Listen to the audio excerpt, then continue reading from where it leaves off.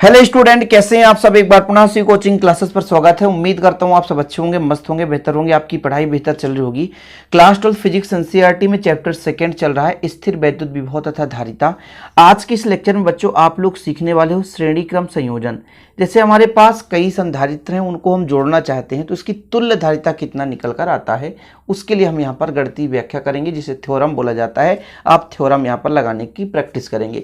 बच्चों, ये संधारित्रों का संयोजन क्यों जरूरत पड़ गई?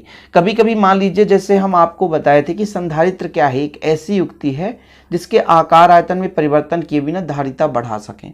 हमारे पास एक संधारित्र है और उसके माध्यम से हम धारिता उतना नहीं प्राप्त कर पा रहे हैं, तब धारिता को बढ़ाना या घटाना चाहते हैं तो फिर हम संधारित्रों को जोड़ देते हैं। तो जब हमको श्रेणी क्रम संयोजन करना है, इसके पीछे रीजन ये होता है कि धारिता को यदि कम करना है, भाई एक संधारित्र की धारिता मान लीजिए 5 माइक्रोफैराड है, उससे हमको कम करना है तो फिर हमको इसमें श्रेणी क्रम में और संधारित्र जोड़ देना है। तो श्रेणी क्रम संयोजन कब किया जाता है? जब तुल्य जो हमें चाहिए होता है धारिता, उससे कम करना हो तो हम कई संधारित्रों को जोड़ देते हैं, जिससे कि धारिता कम हो जाती है। ऑब्जेक्टिव भी क्वेश्चन बनता है कि श्रेणी क्रम संयोजन कब किया जाता है? जब धारिता को घटाना होता है, धारिता को कम करना होता है, तब श्रेणी क्रम संयोजन करना होता है। श्रेणी क्रम संयोजन में किस प्रकार से संयोजन है उस पर हम चर्चा करेंगे। जैसे हमारे पास संधारित्र क्या होता है, 2 प्लेट लगे होते हैं, चालक पदार्थ का कोई भी 2 प्लेट, ठीक है। जैसे मैं यहाँ पर एक प्लेट इसको ले लेता हूँ और ये दूसरा प्लेट हो गया। ये देखो, एक हमारा ये संधारित्र है। संधारित्र का एक नियम है बच्चों, जब हम उसको प्लस क्यू आवेश देते हैं तो उसमें प्रेरण की क्रिया होती है। सही है कि नहीं है? अब जैसे हमें अगला संधारित्र जोड़ना है तो क्या करना पड़ेगा? पहले संधारित्र के दूसरे प्लेट को अगले संधारित्र के पहले प्लेट से जोड़ देना है। तो ये हमने पहले प्लेट से जोड़ दिया, ये लो, ये हमारा दूसरा संधारित्र हो गया। फिर इसके बाद हमको और संधारित्र जोड़ना है तो फिर क्या करना पड़ेगा? हमने बताया ना कि जो भी संधारित्र होगा उसके दूसरे प्लेट को अगले संधारित्र के पहले प्लेट से जोड़ना है। तो हम इसके पहले प्लेट से जोड़ दिए, तो मतलब यहाँ पर 3 संधारित्र हो गए। 3 संधारित्र हो गए ना, ध्यान रखिएगा। यहाँ पर देखो जरा, ये C1 धारिता का संधारित्र है, ये C2 धारिता का संधारित्र है, ये C3 धारिता का संधारित्र है।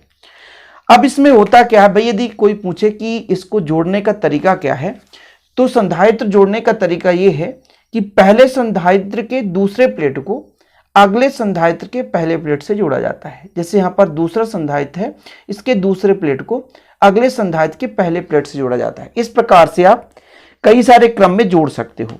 और अंतिम में भाई यदि इधर हमको संधारित्र नहीं जोड़ना है तो फिर यहाँ पर लास्ट में प्लस क्यू चार्ज बचेगा। तो इस प्लस क्यू चार्ज को हमें पृथ्वीकृत करने के लिए इसका संबंध हम पृथ्वी से कर देते हैं, जिससे प्लस क्यू चार्ज जो है वो पृथ्वी पर चला जाता है। पहले शाब्दिक चीजें समझोगे तभी आपको क्लियर होगा। प्रेरण की क्रिया क्या होती है कि जैसे हमने कहा भाई साहब, हमारे पास एक संधारित्र है और इस संधारित्र पर अभी हम एक की बात कर रहे हैं, प्लस क्यू चार्ज देते हैं, प्लस क्यू चार्ज देते हैं। तो यहां पर जो पहला प्लेट है इस पे आपका प्लस क्यू आ गया, मतलब इसके पूरे भाग पर प्लस क्यू चार्ज आ गया। बच्चों, कौन सा चार्ज आ गया? प्लस क्यू चार्ज आ गया।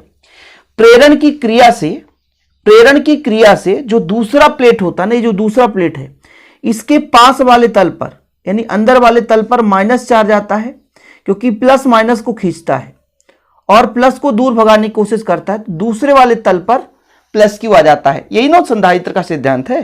संधारित्र का सिद्धांत यही है कि उसके पहले प्लेट को यदि हम प्लस क्यू आवेश देते हैं, ठीक है, तो दूसरे प्लेट के पास वाले यानी समीपवर्ती तल पर माइनस चार्ज हो जाता है और यहां पर दूरवर्ती तल पर प्लस चार्ज हो जाता है। बच्चों, किसी भी प्लेट पर प्लस माइनस बराबर होते हैं। माइनस पास इसलिए आता है क्योंकि प्लस वाला जो है माइनस को ही खींचता है, प्लस वाला जो है माइनस को ही खींचता है, इसलिए माइनस वाला पास आता है। और जो इसमें जो दूसरे प्लेट की बात करता हूं, इसमें जो हमारा यहां पर माइनस क्यू चार्ज हो गया, यहां पे जो दूसरे तल पर प्लस क्यू चार्ज होगा, तो ये जुड़ा हुआ है, देखो जरा, जुड़ा हुआ है दूसरे संधारित्र से। तो इसका चार्ज यहां पर ना रुक करके दूसरे प्लेट पर चला जाता है, यानी प्लस चार्ज जो है दूसरे संधारित्र के पहले प्लेट पर चला गया। चीजें समझने की कोशिश करें आप लोग। हमने क्या कहा है आपको कि भाई साहब, हमने पहले प्लेट को प्लस क्यू दिया तो दूसरे प्लेट के पास वाले तल पर माइनस और दूर वाले तल पर दूसरे ओर प्लस चार्ज हो जाता है। क्योंकि इसका संबंध दूसरे संधारित्र से है, इसलिए इसका जो भी प्लस चार्ज है वो उस दूसरे संधारित्र की पहली प्लेट पर चला गया। और ऐसे ही प्रेरण की क्रिया होती है बच्चों। प्रेरण की क्रिया के कारण फिर से इस पर माइनस हो जाता है। प्रेरण की क्रिया हो रही है तो इस पर जो आपका प्लस चार्ज आया था इस पर फिर माइनस क्यू, और दूरवर्ती तल पर मैंने फिर से कहा यहां पर तो प्लस ही चार्ज, पास वाले तल पर माइनस और दूरवर्ती तल पर प्लस चार्ज, लेकिन ये जुड़ा हुआ तीसरे से, इसलिए इसका संबंध तीसरे पे प्लस क्यू चार्ज का स्थानांतरण हो जाता है। ठीक है, फिर प्रेरण की क्रिया होगी तो इसके अंदर वाले तल पर माइनस चार्ज आ जाएगा बच्चों और बाहर वाले तल पर प्लस क्यू होगा, लेकिन इस प्लस क्यू का संबंध पृथ्वी से होता है, यानी दूसरे प्लेट का संबंध पृथ्वी से होता है, इसलिए संपूर्ण आवेश पृथ्वी पर चला जाता है। यहां तक क्लियर, समझ गए बच्चों। अब आप सबको पता है कि आवेश को ले जाने में किया गया कार्य विभव होता है। ठीक है, क्या होता है? विभव होता है। लेकिन यहां पर एक निश्चित है कि पहले प्लेट से दूसरे प्लेट तक आवेश ले गया हमने, तो इसका विभवांतर होगा, क्योंकि दो बिंदुओं में जो आवेश ले जाने में किया गया कार्य होता है ना, जैसे यहां से यहां तक आवेश का स्थानांतरण हुआ तो यहां पर कुछ ना कुछ विभवांतर होगा और वो विभवांतर V1 हो गया। दूसरे संधारित्र में भी ऐसे विभवांतर कहीं ना कहीं कुछ होगा तो V2 हो गया, और यहां पर आपका विभवांतर आपका V3 हो गया। यहां तक क्लियर है? आवेश सेम चल रहा है लेकिन यहां पर विभव में परिवर्तन हो गई है। तो यहां पर हम तो लिख ही सकते हैं कि माना तीन संधारित्र को किस क्रम में जोड़ा गया बच्चों, तो आप कहोगे कि सर श्रेणी क्रम में जोड़ा गया है जिनकी धारिता C1, C2 और C3 है। मतलब C1 धारिता वाला संधारित्र, C2 धारिता वाला संधारित्र और C3 धारिता वाला संधारित्र, तीन को हमने श्रेणी क्रम में जोड़ा है। और जब हमने पहले संधारित्र को पहले प्लेट पर प्लस क्यू चार्ज दिया तो दूसरे प्लेट के पास वाले तल पर माइनस और दूरवर्ती तल पर प्लस क्यू आवेश प्रेरित हो गया। चूंकि इसका संबंध दूसरे संधारित्र से होता है, इसलिए जो हमारा पहले संधारित्र का दूसरा प्लेट था इसका प्लस चार्ज दूसरे संधारित्र के पहले प्लेट पर आ गया, और प्रेरण की क्रिया से दूसरे संधारित्र के दूसरे प्लेट के पास पर माइनस और दूर पर प्लस हो जाता है। फिर यह संबंध तीसरे संधारित्र के पहले प्लेट से होता है, इसलिए इसका प्लस चार्ज तीसरे प्लेट पर चला जाता है, और यही प्रेरण की क्रिया द्वारा हम कितने भी संधारित्र जोड़ दे आगे चलता जाता है, और अंत में जो अंतिम संधारित्र होता है उसका जो दूसरा प्लेट होता है इसका संबंध पृथ्वी से होता है, जिससे संपूर्ण आवेश पृथ्वी पर चला जाता है। भाई माना लिखना होगा ना तो फिर आप लोगों को दिक्कत होगी सर कि हम माना कैसे लिखें, तो इसलिए मैं सोचता हूं कि आप लोगों को दिक्कत ना हो सके और पूरा माना मैं आपको, भाई ये डायग्राम आप बनाओगे श्रेणी क्रम संयोजन में, फिर आप लिखोगे माना तीन संधारित्र श्रेणी क्रम में संयोजित है जिनकी धारिता C1, C2, C3 है। पहले संधारित्र C1 के प्रथम प्लेट को हम प्लस क्यू आवेश देते हैं तो दूसरी प्लेट के आंतरिक तल पर माइनस क्यू आवेश, और यह जो माइनस क्यू आवेश हो जाता है यह प्लेट C2 संधारित्र की पहले प्लेट से जुड़ी होती है, तथा इस प्लेट पर जो बाहर तल पर प्लस क्यू होता है यह दूसरे संधारित्र की पहले प्लेट पर चला जाता है। इस प्रकार से प्रेरण की क्रिया से प्रत्येक संधारित्र की पहले प्लेट पर प्लस क्यू आवेश और दूसरी प्लेट पर माइनस क्यू आवेश उत्पन्न हो जाता है। इतना माना लिखना है। फिर से मैं आपको समझाऊंगा, थोड़ा सा समय लगेगा लेकिन डीप में कोशिश करता हूं, आपको रट्टाफिकेशन नहीं होना है। भाई मैंने कहा कि पहले संधारित्र के पहले प्लेट को प्लस क्यू चार्ज दिया, प्रेरण की क्रिया हो, पास वाले तल पर माइनस, दूरवर्ती तल पर प्लस क्यू, इसका संबंध दूसरे संधारित्र से होता है, तो इसका जो प्लस चार्ज है वो दूसरे संधारित्र के पहले प्लेट पर चला जाता है। और बच्चों प्रेरण की क्रिया से हम देखते हैं कि फिर से दूसरे संधारित्र के दूसरे प्लेट के आंतरिक तल पर माइनस और बाहर तल पर प्लस क्यू चार्ज प्रेरित हो जाता है, और यही प्रक्रिया चलती रहती है। प्रेरण की क्रिया से यही क्रम चलता रहता है, और प्रत्येक संधारित्र के पहले प्लेट पर पहले प्लेट पर प्लस और दूसरे प्लेट पर माइनस क्यू आवेश उत्पन्न हो जाता है। यही इसका बच्चों थोड़ा सा माना लिखना रहेगा आपको। ठीक है, ये चीज आपको लिखना है तो लिख सकते हैं, डायग्राम मैंने आपको बता दिया। इसके बाद आगे की प्रोसेस यहां से शुरू होती है। मैंने कहा भाई तीन संधारित्र हैं, तीनों के बीच विभवांतर थोड़ा अलग अलग है, तो मैं मान सकता हूं कि माना C1, C2 व C3 संधारित्रों के प्लेटों के बीच विभवांतर क्रमशः V1, V2 व V3। हमारे पास तीन संधारित्र हैं।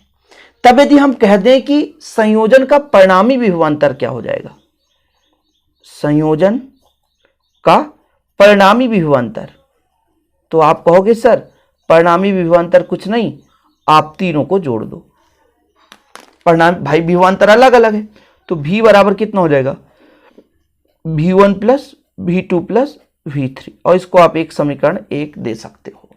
अच्छा, आप लोगों ने पढ़ा है संधारित्र, जब हम धारिता पढ़ा रहे थे तो आप लोगों को हमने बताया था कि चूंकि V1 बराबर क्या हो जाएगा, Q अपान C1, V2 बराबर कितना हो जाएगा, Q अपान C2, व V3 बराबर कितना हो जाएगा, Q अपान C3। ये सब कुछ हमने कंप्लीट कराया है, इसमें आपको भटकने की जरूरत नहीं है। तो समीकरण 1 से बच्चों V बराबर कितना हो जाएगा, Q अपान C1 प्लस Q अपान C2, V2 का मान Q अपान C3। इन तीनों में से Q कॉमन है, आप देख सकते हैं तीनों में से Q कॉमन है, तो V बराबर कितना हो जाएगा, Q आप उभयनिष्ठ ले लें तो कितना हो जाएगा, 1 अपान C1 प्लस 1 अपान C2 प्लस 1 अपान C3, और इसको आप समीकरण 2 दे सकते हो। यहां तक क्लियर है? थोड़ा सा आप लोग अच्छे तरीके से समझते चलें तो क्लियर हो जाएगा बच्चों। अब यदि हम आपसे कह दें कि परिणामी विभवांतर तो आपका V है ना भाई, चूंकि आप लोगों ने अलग अलग संधारित्र लिया तो उनका अलग अलग विभवांतर था, परिणामी विभवांतर C है, तो कहीं ना कहीं परिणामी धारिता भी तो होगी ना भाई, संधारित्र के संयोजन में परिणामी जो धारिता C हो। ठीक, तो यहां पर आप थोड़ा सा लिख लें कि संधारित्रों के संयोजन, संधारित्रों के संयोजन की तुल्य धारिता C हो तो V बराबर हो जाएगा Q अपान C। V बराबर कितना हो जाएगा, Q अपान C। समीकरण 2 में मान रख देते हैं। समीकरण 2 में मान रखने पर, समीकरण 2 में मान रखने पर, समीकरण 2 में मान रख दो बच्चों, तो V बराबर कितना हो जाएगा, Q अपान C। यहाँ Q ऑलरेडी है, 1 अपान C1 प्लस 1 अपान C2 प्लस 1 अपान C3। Q से Q कट जाएगा तो 1 अपान C इक्वल 1 अपान C1 प्लस 1 अपान C2 प्लस 1 अपान C3। देख सकते हैं यही हमारा आ चुका है तुल्य धारिता। ठीक है बच्चों, स्क्रीनशॉट ले लिया करो, वीडियो को बीच में रोक लिया करो। अब मैं आपसे कह दूं कि मान लो भाई ये तो 3 संधारित्र थे, कई सारे संधारित्र जोड़ दें कि यदि भाई हमने अभी 3 जोड़ा था, यदि संधारित्रों की संख्या कितनी हो बच्चों, स्मॉल n हो, तो कहने का मतलब 1 अपान C बराबर कितना हो जाएगा, 1 अपान C1, 1 अपान C2, 1 अपान C3, कहाँ तक जाएगा बच्चों, प्लस का 1 अपान Cn, आगे जाता जाएगा ना कई सारे। और यहां से निष्कर्ष निकलता है कि श्रेणी क्रम संयोजन में जो तुल्य धारिता का व्युत्क्रम है प्रत्येक संधारित्र की धारिता के व्युत्क्रम के योगफल के बराबर होता है। देखो 1/C मतलब तुल्य धारिता का व्युत्क्रम प्रत्येक संधारित्र के धारिता के व्युत्क्रम के योगफल के बराबर होता है। तो इस प्रकार बच्चों आप यहां पर लिख भी सकते हैं कि इस प्रकार संधारित्रों के श्रेणी क्रम संयोजन में तुल्य धारिता प्रत्येक संधारित्र की धारिता के व्युत्क्रम के योग के बराबर होता है। मतलब ये आपका तुल्य धारिता का व्युत्क्रम ही होगा, 1/C मतलब व्युत्क्रम हो गया। सभी यहां पर देख लो जितने भी संधारित्र थे उनके व्युत्क्रम के योगफल के बराबर है। स्क्रीनशॉट ले लिए होंगे माना, और ये डायग्राम तो आप लोगों को भूल कर भी गलती नहीं करनी, डायग्राम बनानी है।